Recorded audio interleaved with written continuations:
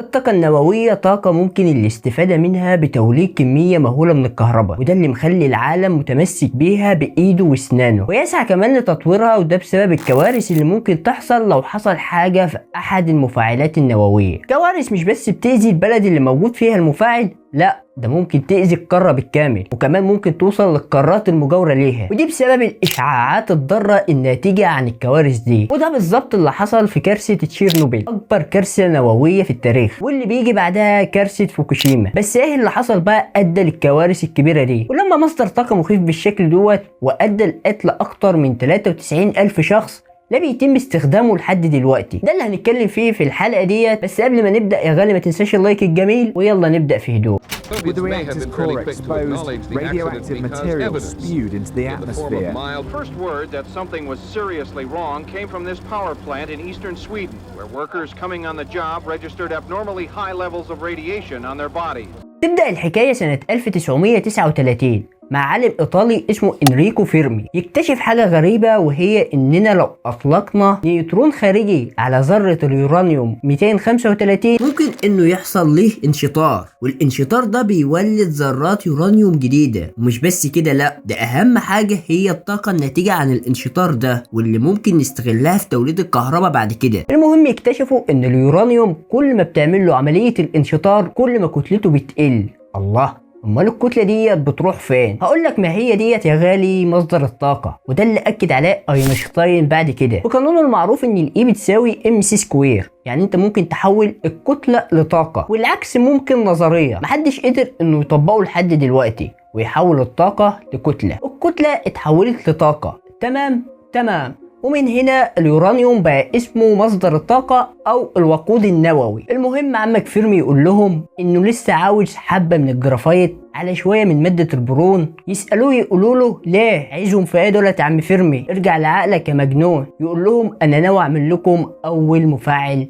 نووي. وفعلا قدر انه يبني اول مفاعل نووي سنة 1942، وده كان تحت ملعب رياضي في شيكاغو بعيد عن انظار الاتحاد السوفيتي. ولكن كان للأسف هدفه تصنيع أسلحة نووية، ما كانش هدفه سلمي، وكان سبب في تصنيع قنبلتين هما هيروشيما وناغاساكي بعد كده. المهم أي مفاعل نووي بيكون عبارة عن قلب المفاعل بشكل أساسي، واللي بيكون موجود فيه اليورانيوم اللي اسمه الوقود زي ما قلنا قبل كده، وفي ألواح من الجرافايت بتساعد على زيادة التفاعل وإنتاج النيوترونات، وبكده بدأ التفاعل الانشطاري، والطاقة بتزيد وتزيد. ايه هنسيبها لحد ما هتعمل انفجار كبير، ولا هنعمل ايه عشان نقللها ونتحكم فيها؟ هنا يجي دور مياه التبريد لقلب المفاعل، واللي بيتم تغذية المفاعل بيها عن طريق مضخات تشتغل بالكهرباء. هيقول لي انا معاك لحد دلوقتي، بس لو الكهرباء قطعت هنعمل ايه؟ هقول له يا صاحبي والله الكهرباء ما بتقطع غير عندنا. اقول لك فعلا لو الكهرباء فصلت لاي ظرف من الظروف، ممكن مثلا البلد دي دخلت حرب والكهرباء اتقطعت فيها، فكده المفاعل هينفجر. فهم عملوا حسابهم وجابوا محركات ديزل هي اللي هتولد الكهرباء وتشغل المضخات دي. تمام لحد كده؟ هقول لك لا.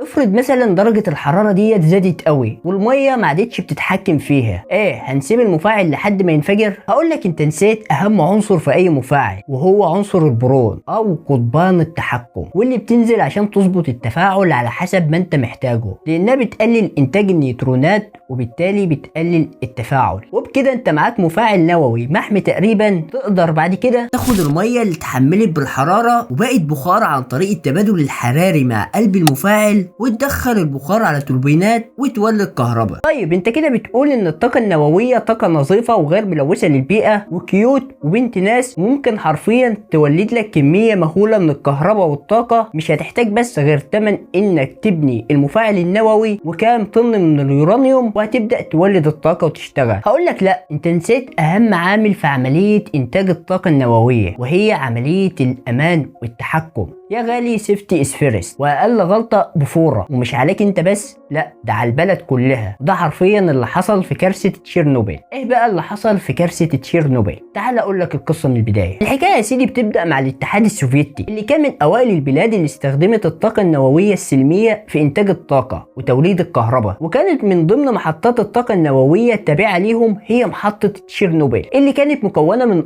4 مفاعلات نووية. وتشيرنوبيل نسبة لاسم المكان اللي كانت موجودة فيه في أوكرانيا أيام ما كانت أوكرانيا تابعة للاتحاد السوفيتي، والكلام ده كله بالقرب من مدينة اسمها بريبيات هنحتاجها كمان شوية. ولكن الكارثة الحقيقية تبدأ مع اختبار أمان كان المفروض يتنفذ على المفاعل رقم 4 من الأربع مفاعلات اللي موجودين في المحطة. طيب الاختبار ده عبارة عن إيه؟ وليه هو سبب الكارثة؟ هقولك فاكر لما قلتلك إن لو الكهرباء اتقطعت عن المحطة مضخات المية المسؤولة عن التبريد دي تشتغل بإيه؟ بمحركات الديزل. ولكن نسيت أقولك إن في مدة زمنية بسيطة لعملية التحويل لمحركات الديزل دي، والمدة ديت هي 60 ثانية، دقيقة كاملة. الدقيقة ديت بالرغم من انها فترة قصيرة جدا ولكن كفيلة بانها تفجر المفاعل بالكامل لو عملية التبريد ما اشتغلتش في الدقيقة ديت بشكل طبيعي. ولكن المهندسين قالوا ان التوربينات اللي بتولد كهرباء ديت ممكن تفضل شغالة حتى بعد قطع الكهرباء عنها، زي ما المروحة بتاعت بيتنا بتفضل شغالة بعد قطع كهرباء عنها، وبالتالي هتسحب هي المية ويدخل مكانها مية باردة تبرد قلب المفاعل خلال الدقيقة ديت ومفيش كده مشكلة. وده بالظبط اختبار الامان اللي عاوزين يعملوه، او بالظبط هم كانوا عاوزين ينزلوا انتاج الكهرباء من 3200 ميجا واط لحد 700 ميجا واط. لحد دلوقتي الكلام منطقي وسليم. وفي نهار 25 ابريل 1986 كبار المهندسين كانوا موجودين عشان الاختبار ده، ولكن يجي لهم تعليمات انهم ما ينفعش يخفضوا الطاقه لانهم كانوا محتاجينها في تلبيه احتياجات المواطنين من الكهرباء بسبب وقت الذروه، وفعلا يتم تاجيل الاختبار اللي بالليل.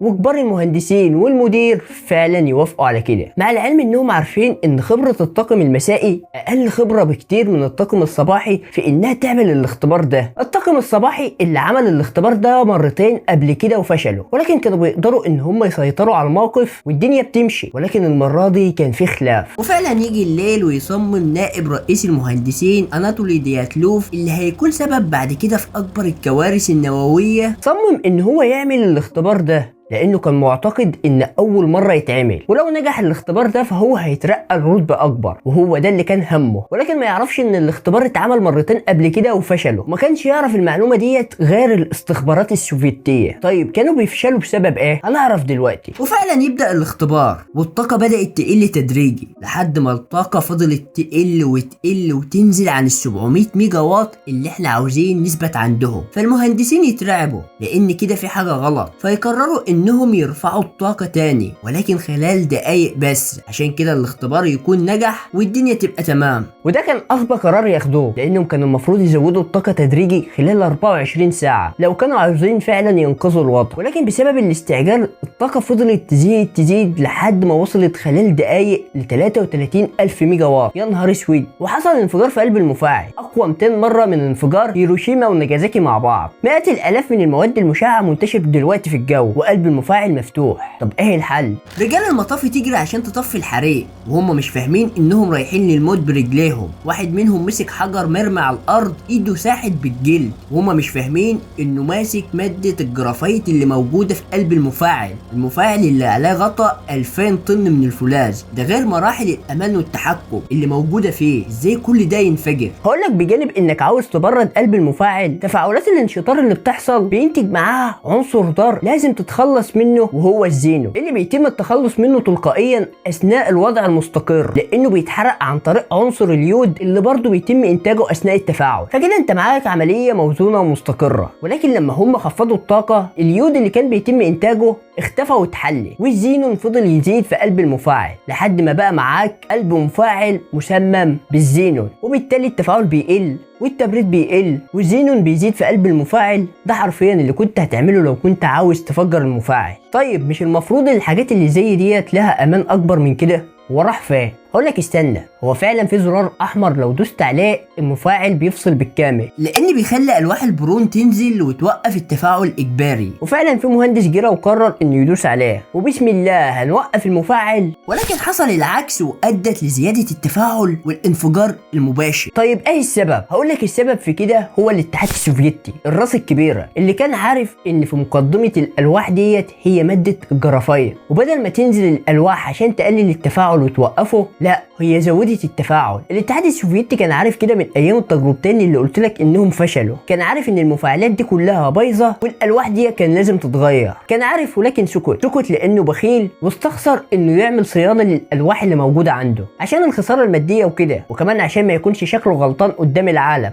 كان بيكابر ولكنه ما كانش يعرف انها هتؤدي لكارثه زي ديت وتفضحه اكتر وتكون سبب من اسباب سقوطه بعد كده. الاتحاد اللي طلع وقال ان اللي ماتوا 31 شخص فقط، ولكن تطلع تقارير بعد كده وتقول ان اللي ماتوا 93,000 شخص، ده غير اللي لسه بيعانوا لحد دلوقتي من الكارثه ديت من مرض السرطان وغيره. الكارثه اللي خلت مدينه بالكامل اسمها بريبيات مهجوره اللي موجود فيها منطقه تشيرنوبل، وتم السيطره على الحريق وقتها، واتبنت بعدها مقبره للمفاعل عشان ما عادش يخرج اشعاع تاني، وفعلا اتبنت وكان عمرها 30 سنه بس عشان يرجعوا تاني 2016 ويتعاون جميع دول العالم ويبنوا مقبره جديده ضخمه عمرها 100 سنة، وبعد كده لازم تتجدد تاني، وبعد كده نقفل الملف الأكبر كارثة تسببت فيها الطاقة النووية. زي ما قلت لك إن العالم متجه للطاقة النووية ولكن بحذر أكبر من بعد المشكلة دي. مصر واحدة من الدول اللي بتحاول إنها تنهي محطة الضبعة النووية وتدخل سباق الطاقة النووية اللي بدأت من أيام جمال عبد الناصر، ولكن كانت وقفت بسبب الكارثة دي. وكتير من الدول العربية بالفعل بدأت في تنفيذ مشاريع ضخمة نووية، فربنا يستر علينا ويبعد عننا كل شر.